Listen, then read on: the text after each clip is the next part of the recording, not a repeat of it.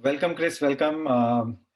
We have, guys, we have Christoph Trappe with us, a long-time supporter of CMS Asia. He's been associated with us in various forms in the last 3, 4 years. Um, to introduce him in a very, very simple way, I would just say that if you're trying to learn content marketing, and then if you're trying to scale your content marketing, and when you're researching about content marketing, if you don't come across Christoph Trappe, you're going in the wrong direction. You will encounter Christoph and his work that he has done, his insights, his uh, his articles, his videos. If you don't come across them, then you're definitely going in a wrong path. So here's Chris for you. He he's here to speak about the power of audio and voice in the realm of content marketing overall. All yours, Chris. Awesome. Hey, thanks for having me. Thanks, everyone. Too bad we're all on virtual, but thanks for COVID, right? 2020 in full swing. Do you have the PowerPoint? Is it running? I don't see it yet. You want me to run it from here? Yeah. Sure. Just give me a moment. Yeah, you bet.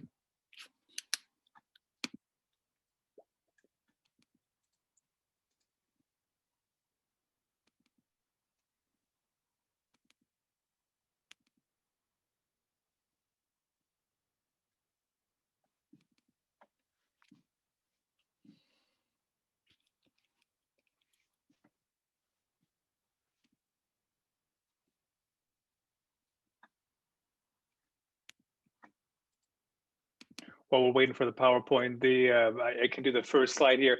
Really briefly about me, I'm Christoph Trappe, based just west of Chicago. So right now it's 10:38 p.m. on Wednesday. Definitely an interesting setup. I've been podcasting, and I've also focused on voice content the last year or so, roughly.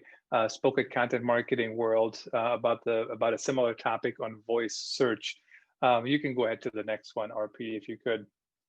And as RP mentioned, I've done content marketing for probably the last decade or so. Grew up in journalism, but as you just heard, storytelling is really the future. How do we tell stories? How do we get in front of people? How do we stay relevant?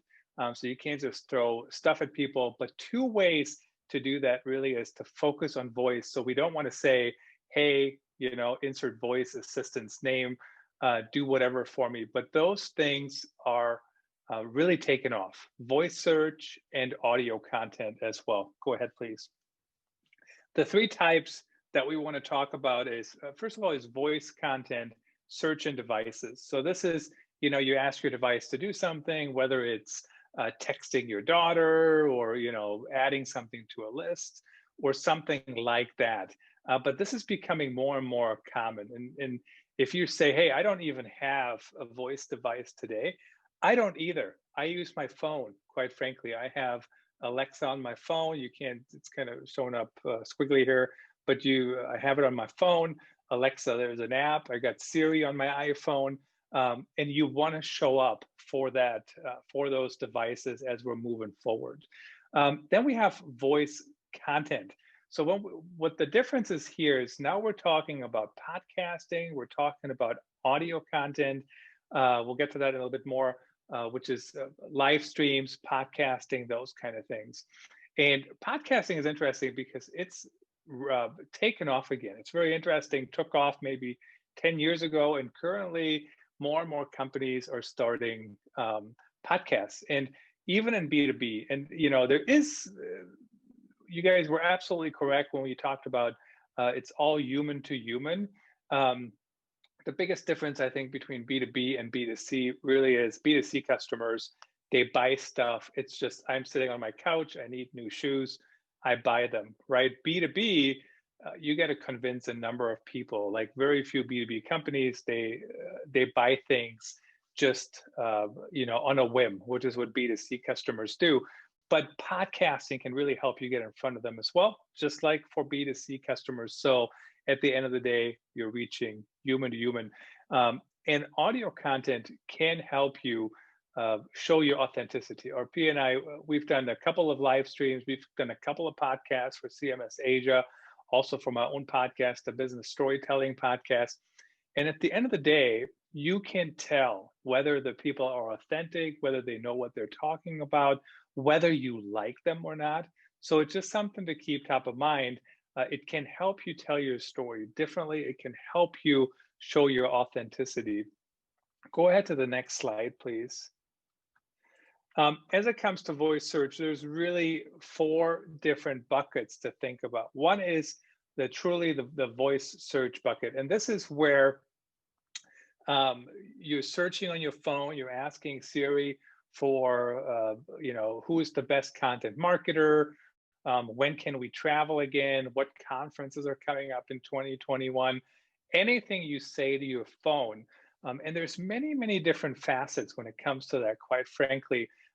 On Siri, on Alexa, you might get one result, but also if you're speaking to your phone and you just have Safari open, um, you might get multiple results. Even on Siri, sometimes you get multiple results. So if she doesn't know what you're looking for, she just gives you a number of results she found on the web. So it's just something to think about. But we do want to rank for that, and I know we have a limited amount of time, but I'll give you some tips on how to make that work. What's interesting about voice search, you can't even tell whether or not it's working. Google doesn't tell you whether anybody is coming to your site through voice search. It just shows up as regular organic traffic. Certainly on your podcast, if you are doing a podcast, we'll talk about that a little bit more here. It tells you, right, whether it's a speaker, a smart speaker or not. On some devices, on Google Podcasts, for example, but it doesn't tell you that across all the 19 podcast channels. The next one is voice production. I want to mention this one quickly, and I haven't done it as much this year because really, I've been home more, like I think most everybody else. But I used to voice dictate my articles, and I just put my phone in front of my face, and I would talk to my audience and just voice dictate my content. Scott and Susan Westwater, they wrote a book on voice strategy. They did the same thing. They voice dictated their book, and then they went back and edited it. So just something to think about. If you think of yourself as not the best writer, that's a good way to write something, to get a book out, to get content out. Writing still matters. Voice integration into apps. And this is one, probably most of us will not use this necessarily as a strategy, but the reason I like to bring this up, because you can use apps like Google Analytics, other apps like that, and the voice technology is integrated into that app. So what you can do is you can take your phone and you can open the Google Analytics app and say, hey, Google, what happened on my website last month? Where are people coming from in organic search, those kind of things, and go from there. So that's just something to keep in mind. And then smart devices designed for voice. Most of us marketers probably won't build them, but it is kind of good to know. That on the next slide, what you can see is everything we do, whether it comes to podcasting or voice content that we want to rank for when people search for it by voice, you want to make it part of your COPE strategy. And when I talk about COPE, you've probably heard it before: create once, publish everywhere. But how do you maximize all the content that you're creating for all the channels where you can use it? Currently, I'm on the Instagram Reels bandwagon. I'm creating Instagram Reels, and I try to use them in other places. And when you look at the next slide here, when we go to that one, right, we can go there now. Here's an example of how you do it with a podcast. And the reason we want to use the COPE model is we don't have any more time. There's no more time to go around. We can't create new content for every little channel. So how do we maximize the content we have? And I'll give you an example here. So when I do my podcast, the Business Storytelling Podcast, I go live on all these different channels: Twitter, Periscope, Facebook, LinkedIn, even Twitch now. I'm not exactly sold on why I need to be on Twitch as a marketer, but why not, right? Why not give it a try, see what's working and what's not working? And then we have a conversation, and then we record the thing at the same time. So I already hit a few hundred audience members right there without doing any additional content production work. I hit, I don't know, depends on the day, depends on the topic, but could be, 400 viewers or 300 or something like that. Then I take the audio from that content and the video content, and I turn that into a podcast. So the podcast then goes to all these different channels. I do edit them, but I think some people overthink how much do we need to edit a podcast. If you have the skills, do it. I edit it to an extent, but I don't overproduce it. My highest performing podcast was just me talking. I didn't even have a guest. Had like 40,000 listens or something like that, 40,000 downloads. So at the end of the day, yes, you want quality. Yes, you want the right level of production value, but don't overdo it. Don't overthink it. From there, I take the content. I also pushed it on Instagram, Instagram TV. The success there hasn't been the best necessarily, but from there, I also take the content and I turn it into articles. Put it on my website, add it to other articles. For example, the other day, I combined 3 podcasts into one big article. So it's like a 17-minute read about creativity. So instead of like just creating one piece of content for everything you do, think about where it fits. How does it fit together and maximize things?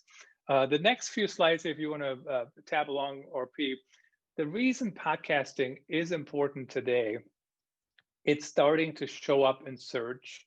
And it was interesting when this first was rolled out by Google.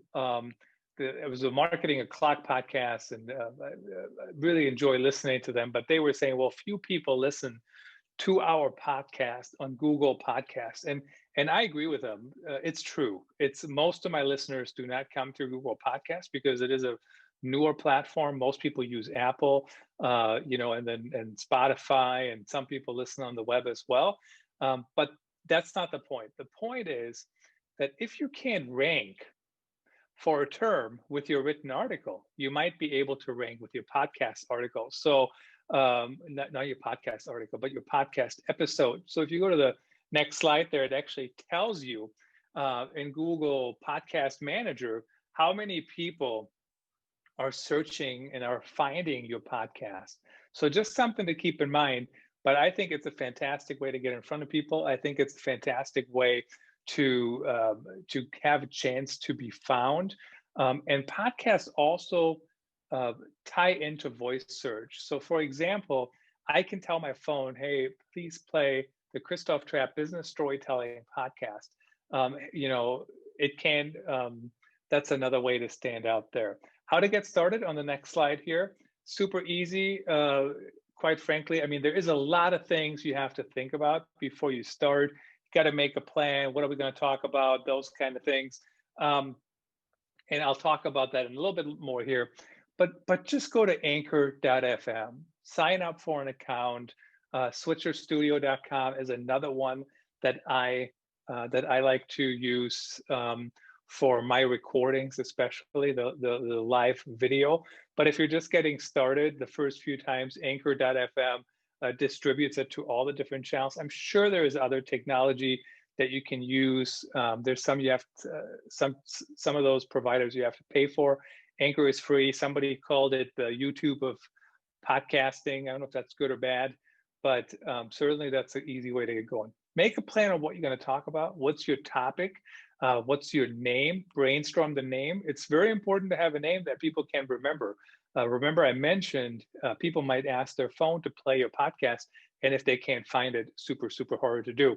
Outline the topics. What are you going to talk about? What are the topics? And like even when RP came on my show, we outlined the topic. What are we going to talk about? How does that fit in? I have to think about that. It can't be RP who is thinking about that. He doesn't, there's been 230 episodes. He doesn't have every episode memorized. So we want to make sure not everybody talks about the same thing.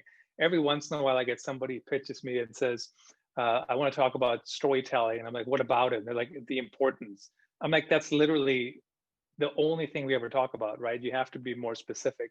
So once you hop into the episode, which is the next slide, There is a little bit of, it doesn't always sound like it, but there is a little bit of a formula that you use. So really, I would recommend this kind of setup. When you come on, you have the opening, you welcome people. I always thank people for tuning in, etc. Whatever.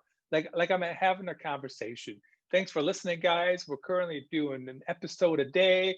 Yesterday we talked about this. It's just like you're having a conversation. I would be cautious about references to time. So, like I know I just said yesterday, and I just did that today, but I was recording a podcast about the US election, tied it to storytelling and content. And then the other episodes, they were recorded a long time ago. So just something to be aware of. Don't overdo it. I had somebody come on a show and they said, Happy September. And that show ran in October. So some of those things you don't want to be too timely in your language, but welcome people, tell them what you're going to talk about, give them an overview, and then have it structured. Topic 1, topic 2, topic 3, talk about those topics. Go through the topics, but you don't have to overthink it. And I go on tangents. We go on tangents all the time. With Carlos Gill on the other day, and Carlos is a marketer, and he launched a company during COVID. So we talked about that, and we didn't even plan about that, right? Or maybe he did, but I didn't.